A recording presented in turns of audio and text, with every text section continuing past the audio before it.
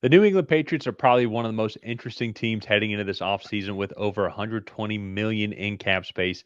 They will be making a lot of moves and signing a lot of checks. My name's Tyler, here with my brother Ryan, and we are going to be doing our first ever mock free agency for the New England Patriots in the 2025 offseason. But before we get into that, if you like the content that we put out and you want to help the channel grow, the easiest way is hitting that subscribe button, tackling that bell, and while you're at it, leave a like and a comment. Let us know what you want to see the Patriots do with all this cash that they have lined up.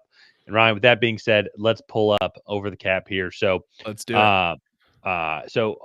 Uh, right here we can see. Let's quickly just go through all the free agents that we have here. And quick disclaimer: this is our first time ever doing this like mock free agency. So if you want to leave any tips just to help us out, like kind of for future series, because this has been a lot of fun so far on the teams that we've done. But here, kind of looking at it, and Ryan, if you want to go put the snap percentage down overall, just so we can see which players Yeah. played most in free agency. Some of these guys they've already re-signed, like DeMontre Jacobs, Ben Brown as well. But there's other Yeah. guys like Daniel Equela, Equale. uh, Yeah. uh, Equale. That was close. Jonathan Jones, Jalen Hawkins, Austin Hooper, and Christian Ellis. It's guys that plays a significant amount of time that are still free agents that they Yeah. could look to go and re-signing. Ryan, you're the big Patriots fan here. What are your kind of overall thoughts when you look at this free agency list? So who are some of the names that you really like that you want to see them keep? Yeah, I mean, to me, there's two big ones that we talked about a little bit before the show. That's Jonathan Jones and Austin Hooper. I think are the ones that I want to see come back. Drake May and Austin Hooper seem to have a connection there, especially kind of as the season wore down. He really kind of leaned on those experienced tight ends, and so I think bringing him back on a 1 to 2 year deal would not be a bad idea. And then Jonathan Jones is just maybe it's more sentimental, but I do think he still has some good play left in him. But I think he's just a really solid veteran leader in that secondary group, and I think that in itself is worth giving him a contract just to finish out his career there in New England. On top of the fact that he's just a smart, hard-nosed kind of football player who's going to give it his all each and every week. So I really like bringing back those guys. The rest of these guys, even some of the guys that like they re-signed, like I believe they brought DeMontre Jacobs back on like a minimum contract. They brought Ben Brown back on a minimum contract as well. Jeremiah Farms is the only one that signed an extension that was more than just like a futures contract with the organization. So and Jaquay Jackson was a practice squad wide receiver.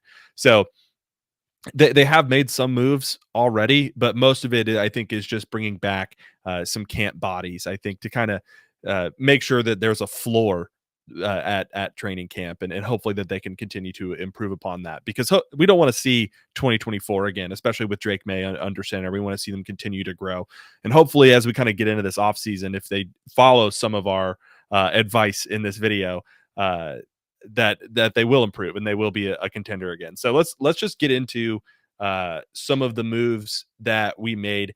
And starting things off, so we'll start with internal free agency. And you can see one of the cap saving, I say cap saving with air quotes, but just Kendrick Bourne. I like him, but I do feel like at a certain point the team just needs to move on. His play has been, I know last year he tore his ACL, or 2 years ago he tore his ACL. This past season just wasn't enough, I think, to really justify keeping him on the roster. I do understand that his best season was under Josh McDaniels in Mac Jones' rookie season, where he had a little over 850 yards and I believe 8 touchdowns. But I do think just releasing him, starting fresh with this wide receiver room, maybe getting some veteran leadership in there that we can talk about a little bit later, I think would be really intriguing for this team. So unfortunately, moving on from Kendrick Bourne here, that is the only cap cut that I think we made. There are a few other guys that I think you could release. With that being said, the contracts just don't really work out that way. And Well, like I don't want.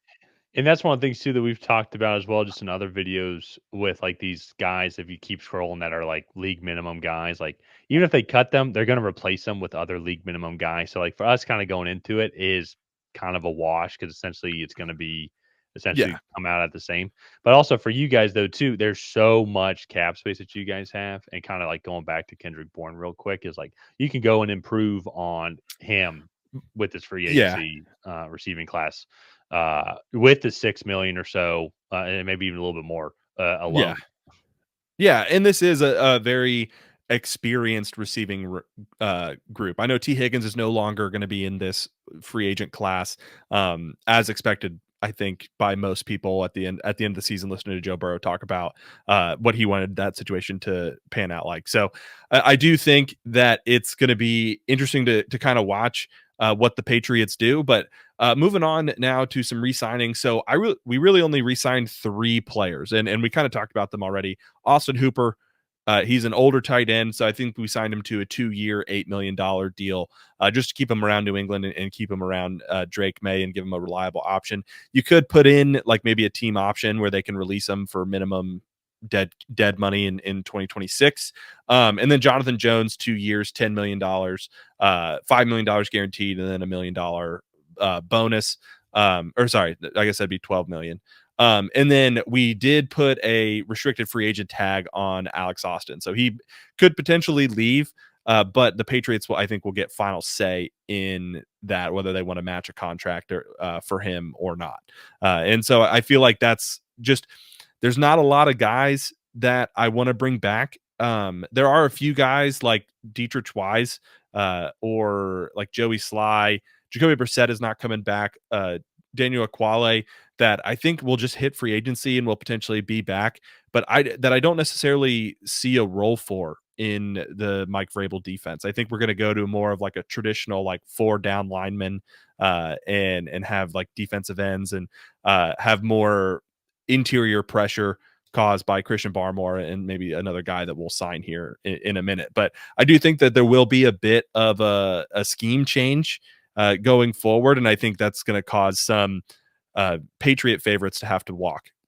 And that makes sense then too, especially when you have a defensive coach like Mike Vrabel. And I think the moves that he would want to make for the defense that he wants, it would make complete sense because of the success that we've seen from his type of defenses. So Yeah. that makes sense though. And we'll see, once again, they can get some of these guys on pretty low contract deals, worst case scenario, like Joey Sly, for example, or like maybe even Michael Hasty if they want to bring him back, or like Christian Ellis. And so, but so that's where it's interesting. And that's what makes this, like, your guys' roster was so poor last year. It'd be like most of these free agents you probably do want to let walk because of how much money you guys have, and especially kind of getting into some of those first guys. Ryan, I know we talked about it. I think like the number one priority, I think, does have to be protecting Drake May. So who's that free agent lineman that you want to go and get right immediately?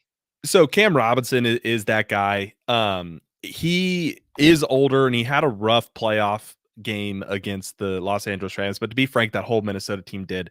But even though he's an older veteran, I do just feel like he's the guy that's actually going to hit the market. He's one of the guys that might actually be willing to come to New England. I think you look at Ronnie Stanley, he would probably rather just stay in Baltimore and continue to compete for AFC championship games and maybe finally get to the Super Bowl. Alaric Jackson, I do struggle to see LA kind of releasing him and letting him hit the open market. And so Cam Robinson is the best tackle on the board. He is a like solid starting caliber tackle. He's not a Pro Bowler. Like, he's not going to come in here and like just totally change the dynamic of this offensive line, but he'll set a floor that is higher than what Demontre Jacobs and oh snap, who was the other guy that was playing it? I can't even think of his name right now, but he'll play better than two. No, Cole Strange actually played center this year. Dang, I can't think of the guy's name. But he'll play better than both of those guys that were playing tackle for the Patriots this year. And then hopefully Caden Wallace can step up and maybe play right tackle. But we did sign him to a 2-year, $34 million deal. So you're paying a little bit of the suck tax there. Is it Vidarian Lowe? Yes, it was Vidarian Lowe. So he was a 7th round pick that Bill Belichick traded the 7th round pick to the Vikings for, and then brought him in last offseason. And then he kind of stuck around and got thrust into action there. But Demontre Jacobs did play some left tackle. But yeah, Cam Robinson is much better than Vidarian Lowe. And so that'll be an improvement on that end. And so I think that's going to be the first big domino to fall here. The next big domino to fall is going to be Darius Slayton, the wide receiver from the New York Giants. Bigger outside guy, has some really good speed. He's only 28 years old. Again, not a Pro Bowl caliber receiver, but a starting NFL level receiver. And like, I know that sounds crazy to like be excited about, but Patriots fans have been deprived of that for years. And so I feel like 3 years, $12 million a year. So total contract value of 36 million is probably going to be where he ends up, maybe a little more, a little less. But I think just adding him to this roster, I think it will be good. This will not prevent you from taking Tet in the first round or Jaden Higgins in the second, but it will give you some sort of confidence to be able to go in and just take best player available. So if Abdul Carter is on the board, you're comfortable with Darius Slayton being your outside wide receiver for 2025, and then you can make improvements from there. But I do feel like, again, setting the floor at an NFL caliber player is kind of what the Patriots are going to be going for here. So 2 moves, both on offense. The next move is going to be on offense, but it's going to be a little bit different. So there is a player that is on a team that was drafted very highly, may or may not be in one of our backgrounds that is not mine. But Kyle Pitts has largely been a disappointment in Atlanta. He's coming into his 5th year in the league. He has his biggest contract so far, where I believe it's $11 million. Just shy. Yeah. But yeah. And so I feel like the Patriots, who have plenty of day 3 capital, would be more than willing to send a 6th or a 5th for Kyle Pitts and a 6th, like to the Falcons. They'll take on the cap hit and get that player off the roster, who largely has been disappointing. But I think you add a third tight end, especially with the athleticism of a guy like Kyle Pitts, and just kind of see what happens. If it works out, you can tag him or maybe sign him to an extension mid-season if things are going really well, and then keep him on the roster that way. But then if it doesn't work out, then all in all, like, you're out a 6th or a 7th round pick and you're done with it. So let's get Kyle Pitts here and Adam to the room here. Tyler, I'm curious, as the resident Falcons fan, what are your thoughts on getting rid of Kyle Pitts? I think it's a good move for both parties. I think, like, you guys have so many picks here. Like, if I were to go at your guys' draft selections here, you guys got the 4, 38, 69, hour 77, 105, the 145. Then you guys don't have a 6, but I think it would be interesting if you guys gave us, but we don't really have that much draft capital either. It's like, I think that, like, that 145, Yeah. I think, would be a fair compensation. I mean, maybe the 105, but that would mean, I guess you guys will get Kyle Pitts for the 105, but an early day 3 pick actually still has some decent value for it. So I think one of those 2 picks I think would be what you all would trade.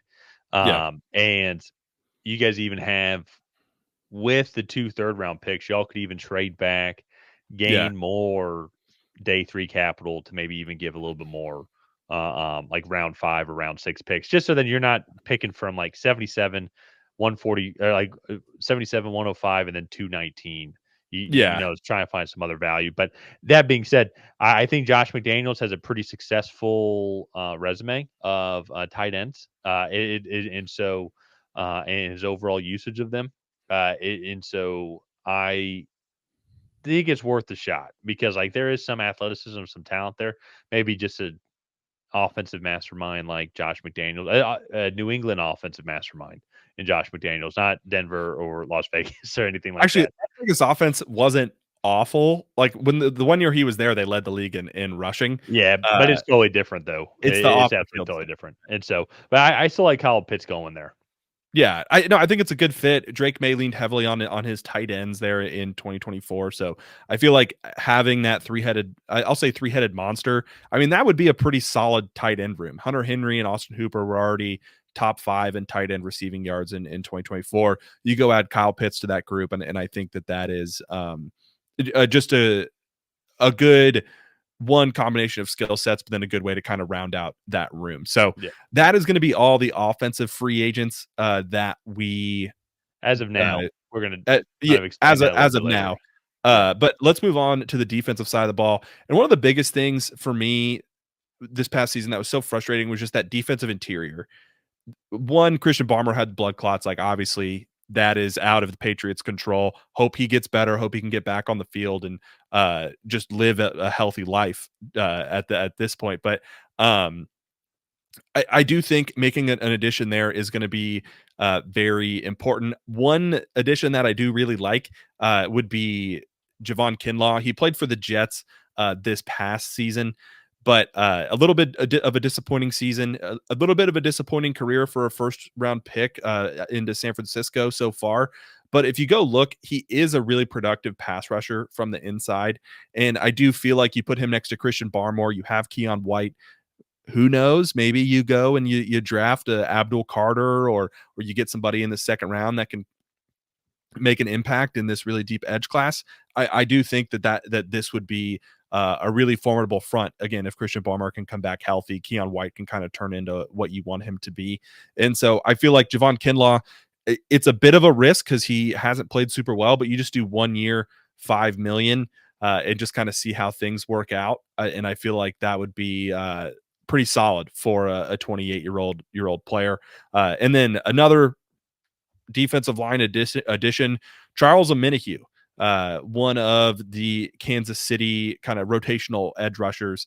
I feel like he's done a really good job in pass rush situations over the past few years in Kansas City, made a bit of a name for himself. So you get another veteran edge presence to go across from Keon White. Again, just kind of setting the floor. So if you don't get who you want in the draft, like let's say Travis Hunter and Abdul Carter go right away in the draft, and then you take Tet McMillan or Will Campbell at 4, and then let's say you want to trade up and get a left tackle for like Ariante Ursary or Josh Connerly, that means you're not going to be touching the edge class until at the earliest the 3rd round. And I want this team to be okay if they can't get an edge rusher in until the 3rd Mhm. round and maybe have a little bit of development there. So going and getting a Charles Omenihu, like, yeah, he's not going to be like a double-digit sack guy, but he'll be like a 6-7 sack guy in a rotational role who is going to know his assignment and play, again, starting caliber football. And so I feel like that is another good move there. So we did 2 years, 19 million. So that's 9 there. And then 9.5 there. And so like I feel like that defensive line is going to take a big step forward just with these 2 additions alone. Yeah. Well, and one of the things too, if you go look, like with all the picks you have and the strength of this entire 2025 draft class, um, I think you guys can go defensive heavy and still be Yeah. fine. Even if, like, let's say you go Abdul Carter at 4, and then at 38, let's say you go get offensive line, and then with one of your 3rd round picks, you get your receiver. Uh, then from there, even at 77, like there's gonna be guys like CJ West that I think are going to be there in the 3rd round that could really boost this defensive Yeah. line as a whole. There's going to be a lot of guys in day 3, I think, that you can go and get that are high quality guys. And so that's where I think you go get veteran players like that. Like you said, Javon Kinlaw, not the career that you expected, but at the same time, there's still a solid player. Same thing to a Charles Omenihu. You know, there's going to be that consistency. I think guys that can fit well in a Mike Vrabel system, while you can still go and draft young as well, still getting quality guys. And so this is what's so amazing to me too, is like, so we've made all these moves and we're still at $76 million Yeah. in cap space. And so that's why I Yeah. think we were even talking about it too, like what other moves could we make? And one of the things, Ryan, you talked about was then like, well, we already have Christian Gonzalez, but how good can we make this secondary? You guys still have like the FU money to everybody else to be Yeah. like, all right, you're going to give them this. We'll add on 1 million to it just because we can. That's how much Yeah. money you guys still have. Yeah. And that I think too, kind of going into the next couple picks, you talked about maybe adding across from Christian Gonzalez. You go look at this draft. This is not the best corner draft class. Like it's not last year where they had like 5 or 6 guys that we kind of knew were going to be at least starting caliber players. And Mhm. actually Cooper DeJean, I think, was the last one of that group to go and might be one of the best. Yeah. Um, Actually, the Eagles got the 2 best probably in Quinion Mitchell and Cooper DeJean. Arguably so. And so I do feel like the Patriots, that corner 2 spot is a big deal. Christian Gonzalez, second team All Pro, had a really phenomenal second season in the NFL. I do expect him to only get better under a coach like Mike Vrabel. You have Alex Austin on that restricted free agent tender, but let's go to a division rival and make them worse. And I don't mean that. I mean, F the Jets, but like I don't mean that in like a mean way, but like this is something that Bill Belichick did all the time. He would go and take the best players off of the division rivals and just like, one, you're adding a good player to your team, but you're also taking a good player away from a division rival. So go pay DJ Reed 15 million a year for 3 years. He's a really solid corner 2. He's been in that role a ton. And I know the Jets kind of ran like that Seattle 3 with like a 3 deep zone. So he really only had like a third of the field, but he's a bit of a ball hawking corner. He can play man when needed to. And I just feel like it would be a good fit. I think really you have him, Charvarius Ward, Eric Stokes. Who's the one from Detroit? That's a Carlton free Davis. agent, Carlton Davis. Like you have like 4 or 5 options to go out and do this. DJ Reed is my preferred one simply because he's on the Jets. I would love to take a good player away from a division rival and make your team better. So let's go ahead. Let's make that addition there. And speaking of stealing good secondary players from division rivals, this is kind of the big splash that we made in this video. And we're going to go snag Javon Holland. I feel like he would be a pretty good complement to Kyle Duggar and Jabril Peppers, as he can kind of be more of the free safety, kind of over the top of everybody, while Kyle Duggar and Jabril Peppers can play down by the line of scrimmage and kind of play see ball, get ball. So you're going to have to sign him to a big deal. This is his first big contract. And so I believe it is 4 years, 95 million. So what does that equate to a year?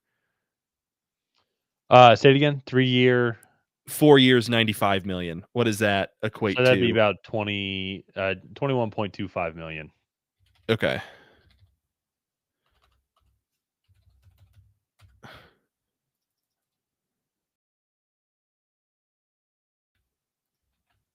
Yeah, especially too with them not expecting to franchise tag him. It's going to open up some opportunities for other That did teams not go as planned. 121 million. I think I think he would sign that deal. Yeah.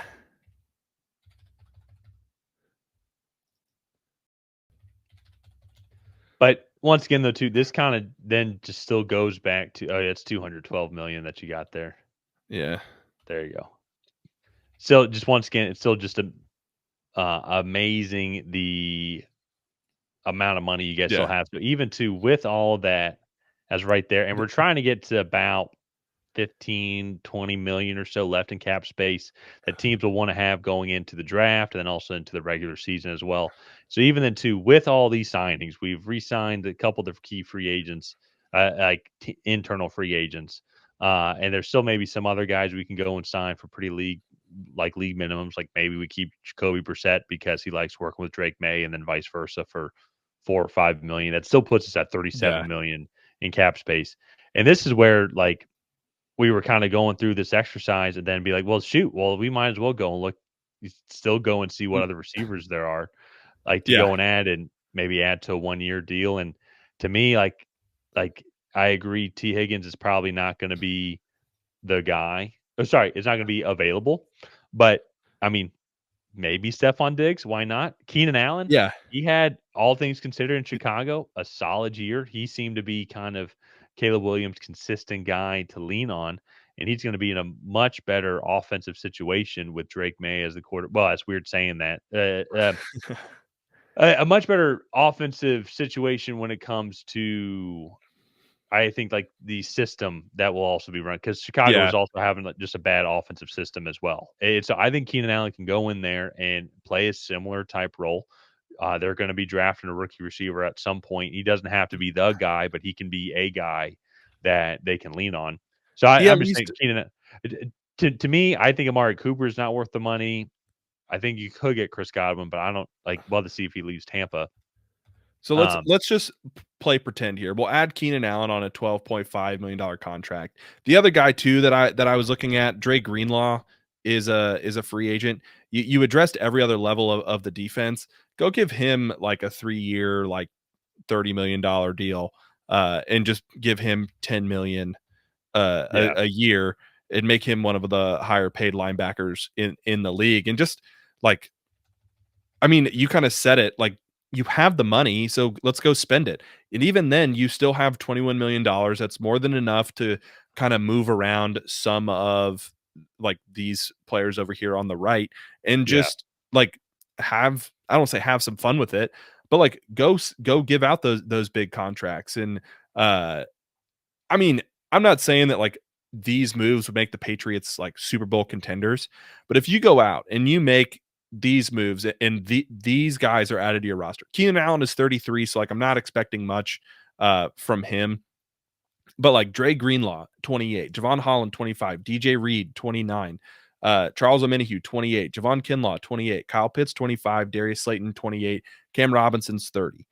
Like, you're making your team significantly better, and maybe you're a little over 500, like where most of the league is. But from where you've been to where you are, if you can get to 500 and then start to build from there, I feel like that is when Drake May can use his ability to really start to take over some of these games. And in year 3, year 4, that's when you have some of these draft picks that you've selected that are on rookie contracts that are going to come up and make big impacts. Like that to me is when this team is really going to become a Super Bowl contender again. Yeah.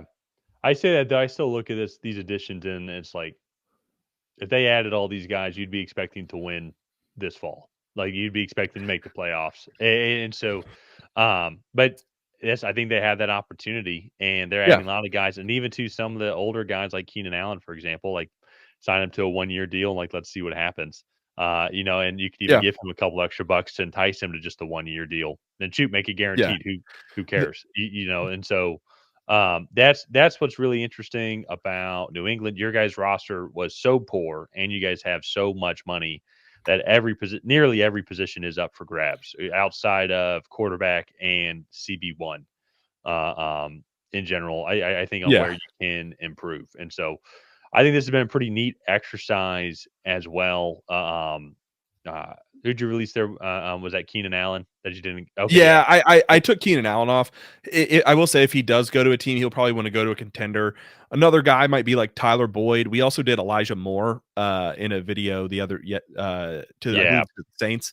So like that would be another slot like Demario Douglas And style you option. could that could be another approach is go get a multiple of those specific kind of guys, like maybe get a Matt Collins for an outside guy, and then KJ Osborne to improve on like the number 2. Actually, didn't KJ Osborne used to play for the Patriots? Am I Yeah, making that up? he signed like a 1-year, $4 million contract late in last offseason. And so that was like he ended up getting released like mid-year, but um Gotcha. Okay. yeah, so I don't think that would go.